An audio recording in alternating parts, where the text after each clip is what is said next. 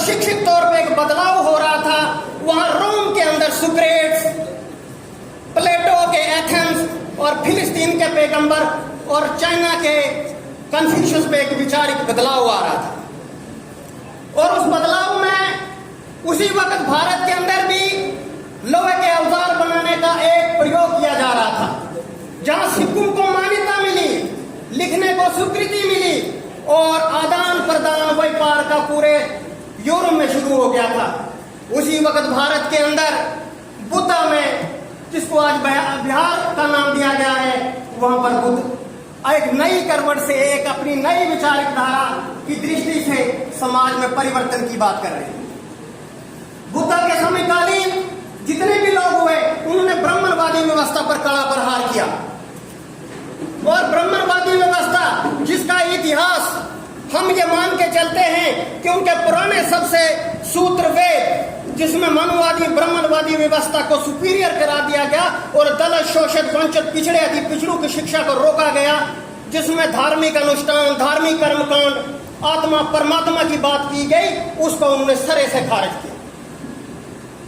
बुद्ध की विचारधारा एक ऐसी विचारधारा जिन्होंने समाज में निरंतर बदलाव की बात की और ईश्वर के अस्तित्व को सरे से खारिज किया।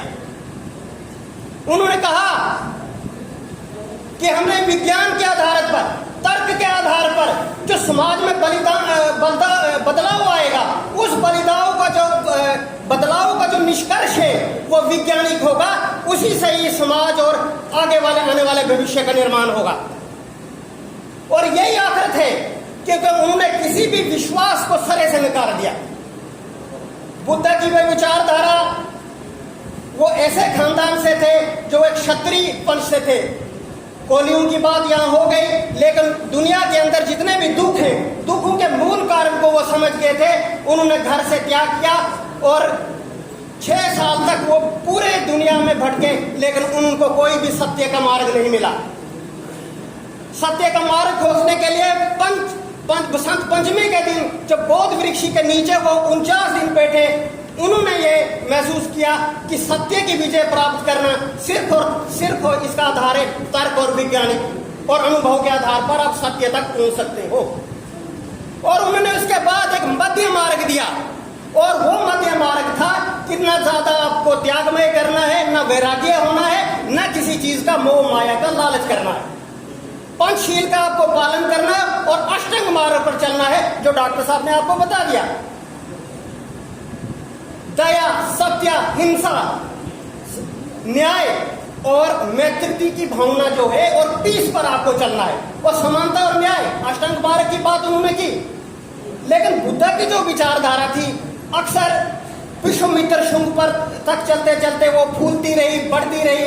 लेकिन इसके बाद अगर भारत में 8वीं सदी के बाद बुद्धिज्म का डिक्लाइन होना शुरू हो गया, और बुद्धिज्म के डिक्लाइन का जब भारत के अंदर हम इतिहास खोजते हैं, या इसके बीच में हम ये मानते हैं कि कुछ बुद्धिजीवी लोग, कुछ इतिहासकार इसको जो ब्राह्मणवादी समूह है इसको जिम्मेवार ठहराते हैं, या जो मुस्लिम आक्रमणकारी थे उनको इसका जिम्मेवार ठहराते हैं कि बुद्धिज्म का डिक्लाइन 8वीं सदी के बाद भारत में क्यों हुआ।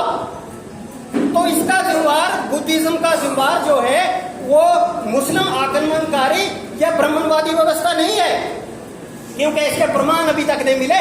क्योंकि बुद्धिज्म ने वर्ण व्यवस्था पर प्रहार के साथ साथ उसमें सुधार की बात जरूर की, जो हम उसको पूरा करने में असमर्थ हो गए।